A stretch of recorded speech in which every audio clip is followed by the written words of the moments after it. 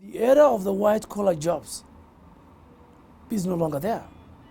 Government and the private sector must create an enabling environment for the youth to use their own entrepreneurial skills and create jobs for themselves.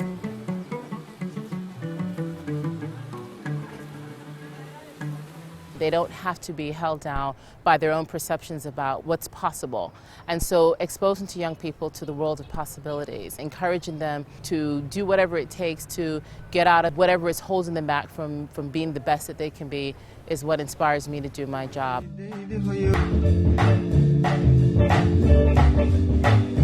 This is really big town. This is an international center. It's a place where very many people come to invest. It's not a village for a few Somalis here.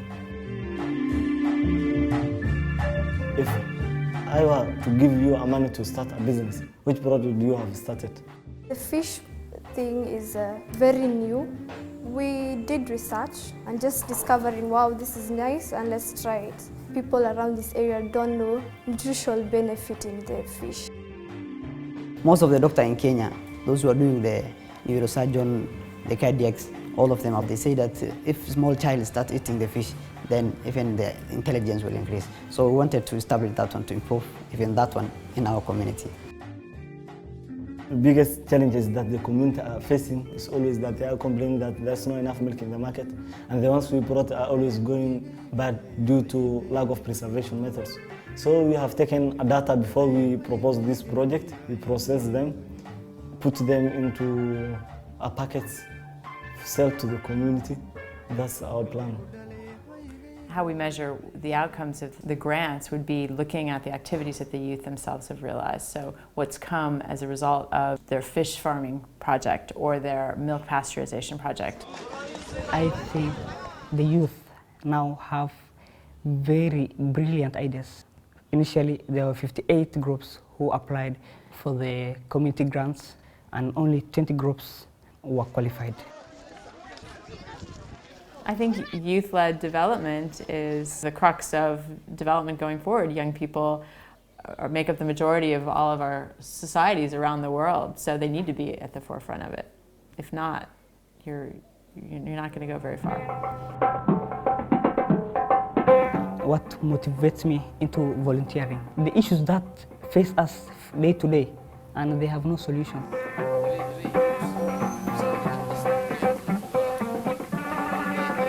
It's not something imposed on us. It's something that we ourselves, out of our own problems we came together and maybe established this. The GE Youth has 4 different components. The Youth Action, it is the one that talks about how best to provide leadership skills to young people so that they can be empowered. The other component that we have is our Youth Work. And that's the component that focuses predominantly on helping young people transition into livelihoods where they can actually transition into jobs. Through that process, we also try to link them to financing so that they can set up micro businesses. Our youth education component focuses on how we can strengthen education in the primary and secondary schools. We are providing interactive radio instruction so that young people are able to participate more substantively. They understand what their rights and responsibilities are, cohabitating with people from diverse communities in a very peaceful way. To use this radio program in teaching the class, it is basically interactive. Teacher, call the reporter from a group. This particular radio program talks about child rights. It makes the people to cooperate. So it is giving the children that motivation to avoid violence and to resort to dialogue and understanding one another.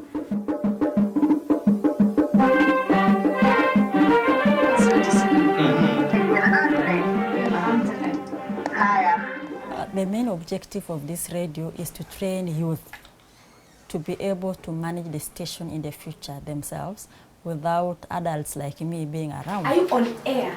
I'm a presenter and also somehow field reporter and also administrator. Journalism, when you are taking that step of to be a journalist, you must change the impact or the challenges that your community are facing. I'm kind of a person who is somehow social to people. I like entertaining people. I like so many jokes. So, and journalism was also my dream since I was young.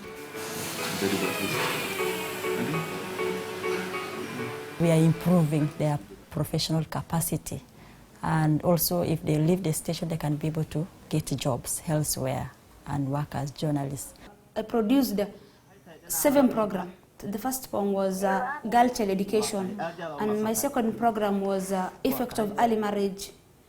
You know, in culture of Somali, they like to marry their daughters off while they are age of 14 to 16 without the consent of that girl.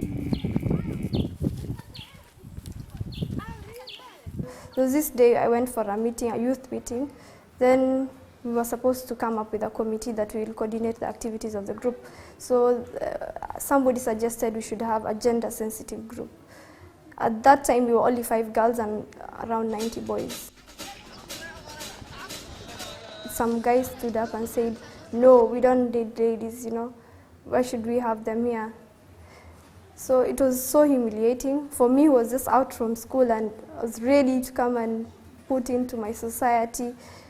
I was just heartbroken in a way, yeah. But I didn't really just take that very seriously, yeah.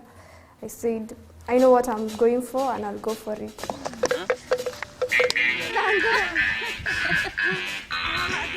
Because it's complex, it's not something that's changed overnight. It's really based on changing attitudes among young people as well as their parents and community elders, because there are norms that are set in place for what families want their young people to pursue in terms of livelihoods and careers. You not only have to change those attitudes and the norms in the society, but then along with it, you may need to adjust education systems. Talk to each other, listen to each other like sisters and brothers unite. The issue of manual labor or certain types of service jobs for young people is an issue in most of the countries in which EDC works. In the Middle East, it's referred to as the culture of shame. You know, to some extent, we see it everywhere. It's a very, very complex issue. It is true that we have a negative attitude as young people towards manual labor in Garissa. We've been brought up in a pastoralist situation where we've been taught only to herd goats, camel, cows. So that is the only basic labor we know. So I think that's an alternative livelihood which needs a mind shift and also a shift of attitude.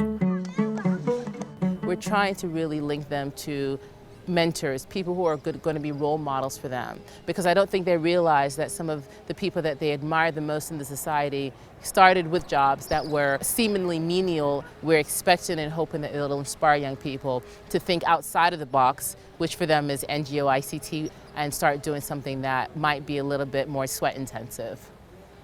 I think the youth of Garissa must come out of their cultural cocoons.